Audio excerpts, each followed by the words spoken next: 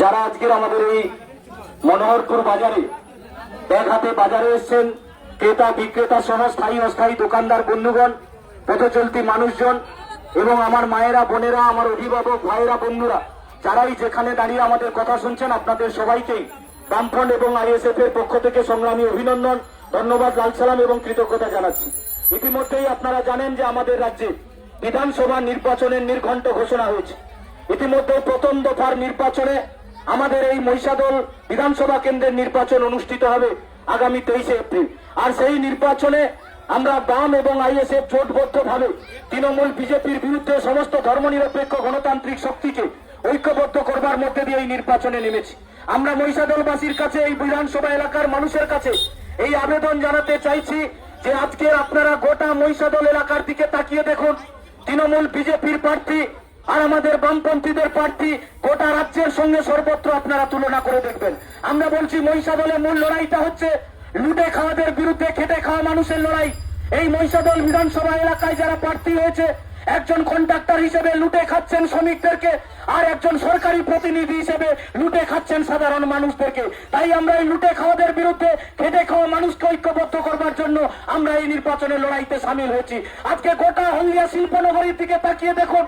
গোটা হলদিয়া শিল্পনগরীতে আজকে বিজেপির এমপি আছে, বিজেপিকে মানুষ ভোট দিয়েছিল, এমএলএ হয়েছে, দল বদল করে ফেলেছে। আবার এখানে আপনি যদি দেখেন মহিষাদলে এখানে তিলক বাবুরা রাজ করছে। কিন্তু আজকে এই যে রাস্তাটার উপর আজকে বাজার হচ্ছে, চৈতন্যপুর থেকে মোরাম রাস্তা পর্যন্ত, এই রাস্তাটা তার কি অবস্থা। আজকে আপনি এই রাস্তাগুলোতে সাধারণভাবে মানুষ চলতে পারছে না। বিধায়কের সেদিকে নজর নেই, বিধায়কের নজর নেই। গোটা মহিষাদল বিধানসভা এলাকায় জল নিকাশির যে ভয়ঙ্কর সমস্যা, একটু জল হলে ডুবে যাচ্ছে, কোনো ব্যবস্থা করছেন না। পানীয় জলের কোনো সুরাহা ব্যবস্থা নেই, এলাকায় এলাকায় লাইট নেই। আপনি গোটা মহিষাদল এলাকাটাতে আজকে যেন আস্তে আস্তে ধ্বংসের পথে যাচ্ছে। আমরা ডাক পাঠিয়েছি এই ঐতিহ্য এবং সংস্কৃতি নগরী হিসেবে আমাদের এই মহিষাদল, সেই মহিষাদলকে বাঁচাতে হবে, এই হলদিয়াকে বাঁচাতে হবে, আর গোটা পশ্চিম বাংলাকে বাঁচাতে হবে। আজকে দেখছেন গোটা পশ্চিম বাংলাতে তৃণমূলের সরকার চলছে। আজকে স্কুলগুলো বন্ধ হয়ে যাচ্ছে পশ্চিম বাংলার মাটিতে। আজকে প্রত্যেক দিন আপনি খবর পাচ্ছেন আমাদের গোটা রাজ্যে প্রায় 8,000-এরও বেশি স্কুল বন্ধ, কিন্তু দিদির বদন্যতায় 22,000-এরও বেশি মদের দোকান পশ্চিম বাংলাতে খোলা হয়ে গেছে। কোন পথে এগোচ্ছে পশ্চিম বাংলায়? মাস্টারমশাইরা রাস্তাতে মার খাচ্ছেন। আজকে 26,000 চাকরি বাদ হয়ে গেছে গোটা পশ্চিম বাংলাতে। এসএসসি পিএসসি প্রাইমারি টেট পরীক্ষাতে লক্ষ লক্ষ কোটি কোটি টাকা তৃণমূলের নেতারা চুরি করেছে, লুট করেছে। তৃণমূলের নেতাদের খাটের তলায়, তৃণমূলের নেতাদের বান্ধবীদের খাটের তলায় টাকা পাচ্ছে, 10 কেজি 15 কেজি 20 কেজি করে সোনা পাচ্ছে, গ্রেপ্তার হয়ে জেলে যাচ্ছে, আবার তারা ছাড়া পেয়ে বাইরে আসছে। কে কয়লা চুরি পেয়ে জেল খাচ্ছে, কে গরু চুরি পেয়ে জেল খাচ্ছে, কে বালি পাচারের পেয়ে জেল খাচ্ছে। আজকে দেখছেন গোটা পশ্চিম বাংলাতে এই চুরি লুট তোলাবাজির ফলে গোটা পশ্চিম বাংলা ধ্বংসের পথে যাচ্ছে। আর তার দোষর বিজেপি। আজকে সিবিআইডি লোক দেখানো তদন্ত হচ্ছে, কিন্তু আপনি দেখবেন কোন শাস্তি কিন্তু হচ্ছে না, কারণ তৃণমূল বিজেপি সেটিং চলছে। এই সেটিং এর বিরুদ্ধে আমাদের ঐক্যবদ্ধভাবে লড়াইটাকে করতে হবে, লড়াইটা করতে হবে। আজকে যেখানে দাঁড়িয়ে আমরা কথা বলছি, পাশে এখানে হলদিয়া শিল্পনগরী। এই হলদিয়া শিল্পনগরী আমাদের জেলা, আমাদের রাজ্য নয়, উত্তর পূর্ব ভারতের উজ্জ্বলতম শিল্পনগরী। আজকে গোটা হলদিয়া শিল্পনগরীটা শ্মশানে পরিণত হয়েছে। যে হলদিয়াতে আমরা ছোট থেকে দেখেছি বাইরে থেকে কাজ করতে আসতো শয়ে শয়ে মানুষ, এত কাজের চাহিদা, এত শ্রমিকের চাহিদা ছিল। আজকে সেই হলদিয়াতে আপনি দেখছেন আমার আপনার পরিবারের ছেলে মেয়েদেরকে বাইরে কাজ করতে চলে যেতে হচ্ছে। দেবগ্রামে বাড়ি বাড়িতে আপনি খোঁজ নিয়ে দেখুন, একটা ছেলে মেয়ে ঘরে নেই। আজকে একটা ছেলে মেয়ে ঘরে নেই, তাদেরকে বাইরে কাজ করতে চলে যেতে হচ্ছে। কেন? কাকে চলে যেতে হচ্ছে? দিল্লি কাকে চলে যেতে হচ্ছে? গুজরাট কাকে চলে যেতে হচ্ছে? কেরালা কাকে চলে যেতে হচ্ছে? তামিলনাড়ু। কেন? কিসের স্বার্থে? এই হলদিয়াতে ভিটে মাটি দিয়ে মানুষ শিল্প কলকারখানা তৈরি করেছিল।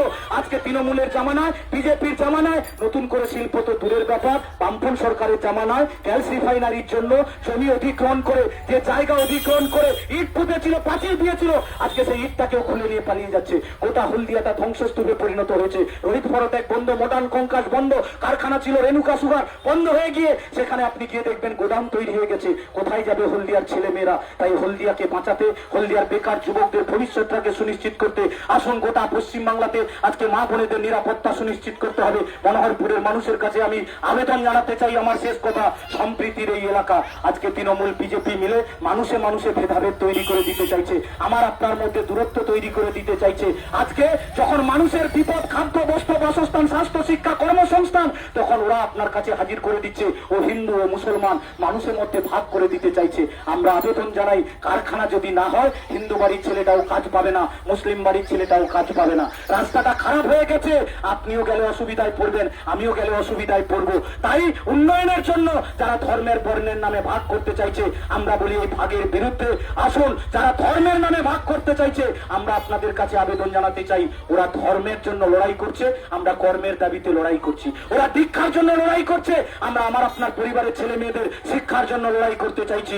ওরা অস্ত্র নিয়ে লড়াই করতে চাইছে, আমরা মানুষের বস্ত্রের দাবিতে লড়াই করতে চাইছি। ওরা শ্মশান কবরস্থান নিয়ে দাঙ্গা বাঁধিয়ে দিতে চাইছে, আমরা কর্মসংস্থানের জন্য লড়াইটাতে দিতে চাইছি। তাই আসুন, এই লড়াইতে আমাদের মূল আওয়াজ হচ্ছে এটাই, খাদ্য, বস্ত্র, বাসস্থান, স্বাস্থ্য, শিক্ষা, কর্মসংস্থান, আমার মা বোনেদের নিরাপত্তা, সম্প্রীতির বাংলাতে হিন্দু মুসলমান আমরা ভাই ভাই সবাই মিলেমিশে থাকতে চাই। এই দাবি নিয়ে এই লড়াইটাতে আপনারা আমাদের পাশে থাকবেন। আমাদের এই আহ্বান আপনাদের কাছে, আসুন এই ঐতিহাসিক মুহূর্তে দাঁড়িয়ে এই লুটে খাওয়াদের বিরুদ্ধে খেটে খাওয়া মানুষকে ঐক্যবদ্ধ করে নিয়ে আপনারা আমাদের পাশে থাকবেন। আগামী 23 এপ্রিল কাস্তে হাতুড়ি তারা চিহ্নে ভোট দিয়ে আশীর্বাদ করবেন, দোয়া করবেন। এই আশা প্রত্যাশা রেখে আপনাদের ধন্যবাদ, অভিনন্দন, লাল সালাম, কৃতজ্ঞতা জানিয়ে আমার কথা শেষ করছি। ইনকালাব জিন্দাবাদ, বাম আইএসএর ঐক্য জিন্দাবাদ।